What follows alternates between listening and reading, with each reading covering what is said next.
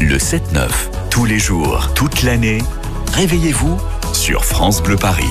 Jusqu'à demain, on célèbre les 10 ans du festival Impro en scène au théâtre du Gymnase à Paris. Bonjour Marco Kipinti.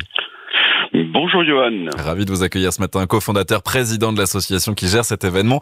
Déjà, bon anniversaire. Présentez-nous comment est né Impro en scène. Eh oui, Impro en scène est né il y a 10 ans exactement. Voilà, on a passé l'âge de raison et c'est né assez simplement. En fait, à l'époque, on arpentait tous les théâtres d'impro de Paris. La scène impro était assez underground à l'époque. C'était dans des bars, dans des caves et autres.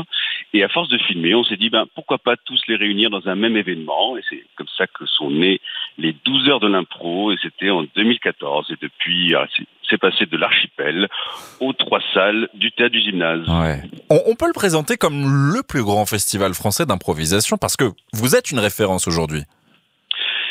Dans sa forme, oui. En fait, c'est vraiment le format qui est unique. Vraiment, c'est un format concert, festival de musique. Vous pouvez aller d'une salle à l'autre de façon très libre, à la manière de rock en scène. Et c'est pour ça qu'on a ce nom de impro en scène pour un peu pasticher ce modèle. Comment a été pensée cette programmation cette année et pour ce 10e anniversaire ? Le but, c'est vraiment de refléter tout l'aspect polymorphe de l'impro. Voilà, l'impro est connu quand même sous le format du match, des joueurs en tenue de hockey sur une patinoire.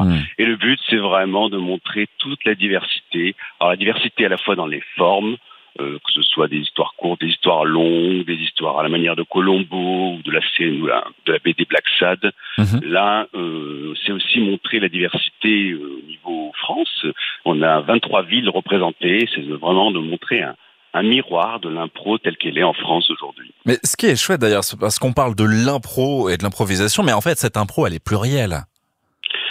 Tout à fait. Vraiment, alors, c'est par excellence pour moi un art de la scène hyper polymorphe. Et c'est cette variété, la créativité un peu sans limite. L'impro, c'est une page blanche sur laquelle on projette vraiment tout ce qu'on veut. On peut en avoir peur, on peut se laisser griser par cette liberté. Et là, on laisse un peu la créativité s'exprimer au maximum. Ouais. Qu'est-ce qu'on va pouvoir, par exemple, découvrir ce samedi ? Quel est un petit peu le programme ? C'est un programme assez riche. Il y a 36 spectacles. C'est la journée la plus copieuse, on va dire, le samedi. Et alors, vous avez trois salles. Chez nous, c'est un multiplex. Il y a un spectacle toutes les heures dans toutes les salles. Et après, ça dépend vraiment de vos appétences. Il y a un spectacle qui est un ovni pour nous. C'est un spectacle qui s'appelle Quelque chose a changé dans l'air.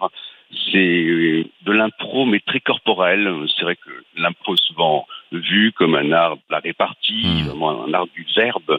Et là, c'est des gens qui se sont dit, au-delà du verbe, il y a le corps et comment on peut exprimer des émotions, les improviser en dansant, en faisant des contes et autres.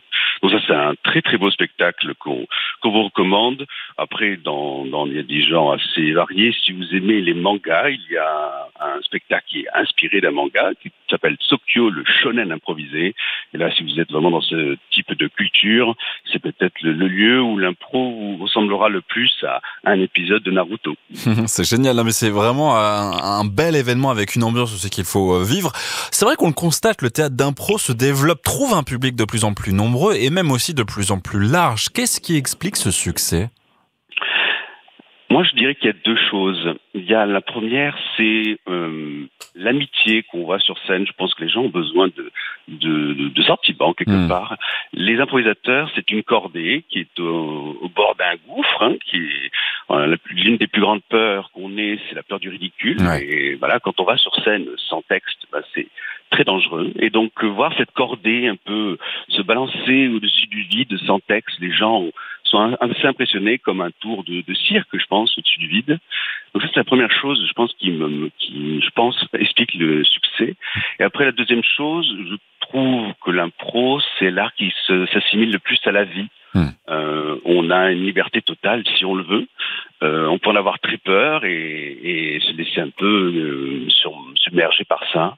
Et ce qui est beau, c'est de voir des gens qui vont un peu au-delà, qui vont trébucher nécessairement, mais qui vont le faire. S'ils tombent, ils vont le faire avec grâce, avec superbe, et ils vont se relever. Je pense que c'est ça que les gens aiment particulièrement. Ah, c'est une explication très poétique ce matin. Marc Occhipinti, merci d'avoir été avec nous.